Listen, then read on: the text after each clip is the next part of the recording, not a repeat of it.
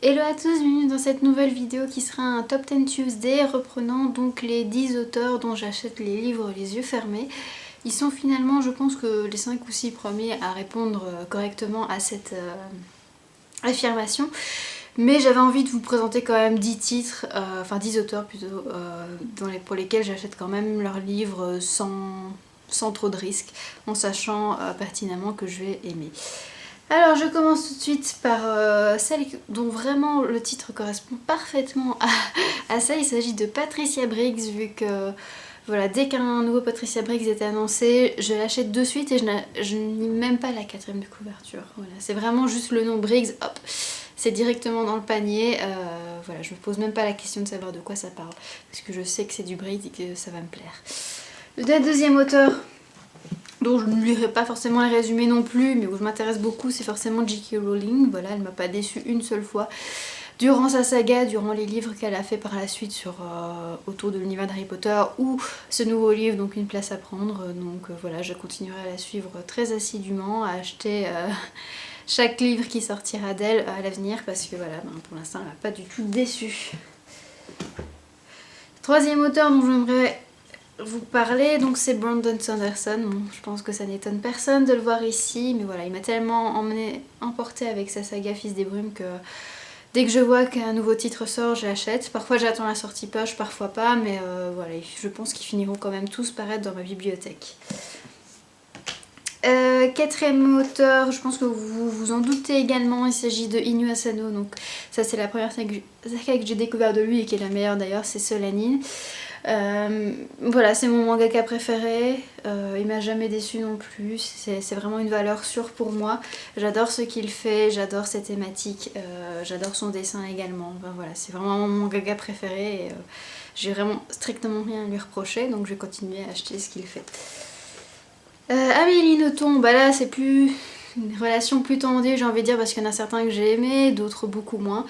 Mais voilà, je continue à la suivre et j'attends généralement la sortie poche, sauf si je sais l'avoir avant, donc c'est-à-dire si je sais l'emprunter à la bibliothèque, ce genre de choses, je le lis avant la sortie poche, mais j'ai quand même envie de tous les avoir dans ma bibliothèque parce que c'est quand même une auteure que j'apprécie énormément.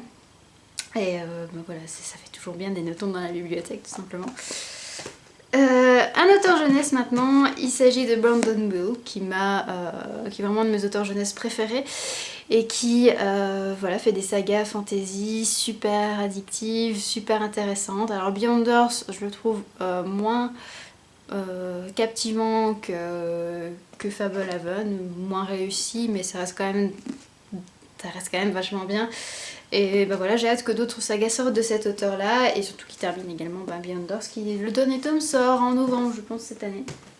Encore un petit peu d'attente. Alors, je dois également vous parler de Olivier Ledroit, voilà, il est obligé d'être dans ce top également vu que j'adore ses dessins. Alors j'ai pas tout de lui malheureusement, il y a des titres que je n'ai pas, que je n'achète pas parce que bah voilà, ça coûte cher les BD. Il fait également des recueils sur des fées. Que j'ai déjà pu apercevoir sur plusieurs vlogs d'ailleurs, mais voilà, ça coûte assez cher, j'hésite encore, mais je trouve vraiment cela magnifique. Maintenant on passe à des auteurs moins connus malheureusement parce que je le mérite pas. Bon, celui-là est quand même assez connu, c'est Lorraine De Stefano, donc qui a écrit la saga Le Dernier Jardin. J'adore vraiment cette saga, j'ai hâte que le troisième tome sorte, de savoir comment tout ça va se terminer et je vais vraiment suivre attentivement ce qu'elle fait, savoir si elle va sortir de nouvelles sagas parce que voilà, j'adore sa manière d'expliquer, j'adore ses univers, donc à suivre. Alors là, elle est vachement pas connue et ça me fout les boules franchement parce qu'elle le mérite grandement. Il s'agit donc de Alison Goodman avec sa saga Eon et Eona, donc ça c'est le deuxième tome. Et voilà, moi j'ai qu'une hâte, c'est qu'il y a d'autres tomes qui sortent d'elle en français. J'attends ça avec hyper impatience parce que ça a vraiment été un gros coup de cœur ce diptyque là et voilà, c'est excellent, elle écrit super bien, elle a des univers qui mêlent le fantasy et l'Asie on va dire, donc les dragons etc, super bien fait et voilà, je vais peut-être passer d'ailleurs à la VO pour elle, je vais peut-être repasser à lire des livres VO parce que j'ai vraiment envie de découvrir encore plus son travail. Et enfin, le dernier auteur, c'est Derek Landy, l'auteur de Scully for Boré, qui me fait toujours autant rire avec sa saga et dont j'attends vraiment les tomes avec impatience. Voilà, Gallimard Jeunesse n'est pas très regardant sur les dates, parfois on peut attendre un an voire plus pour chaque tome et c'est vraiment très long. Et voilà, moi j'adore cette saga, je la trouve très marrante, super, avec plein d'actions, plein d'aventures, c'est vraiment génial, c'est vraiment la saga que j'aurais aimé découvrir ado. Et je comprends pas pourquoi on n'en parle pas davantage, parce que voilà, elle pourrait être, franchement, hein, sans langue de bois ni rien, elle pourrait franchement se mettre au niveau de Harry Potter ou quoi, devenir autant connue, autant appréciée, parce que voilà, elle est excellente et je suis sûre que ça peut parler à un très large public. Mais bon, pour l'instant, il a un peu de mal à trouver son public, même s'il est sorti en poche. Voilà, c'est tout pour ce Top 10 Tuesday. Je vous retrouve donc, je sais pas si ce sera lundi ou si ce sera avant pour le In My Mailbox ou pour la présentation de ma bibliothèque, pardon. Enfin, vous verrez bien. Je vous laisse dans le suspense. Bonne semaine à tous et à bientôt.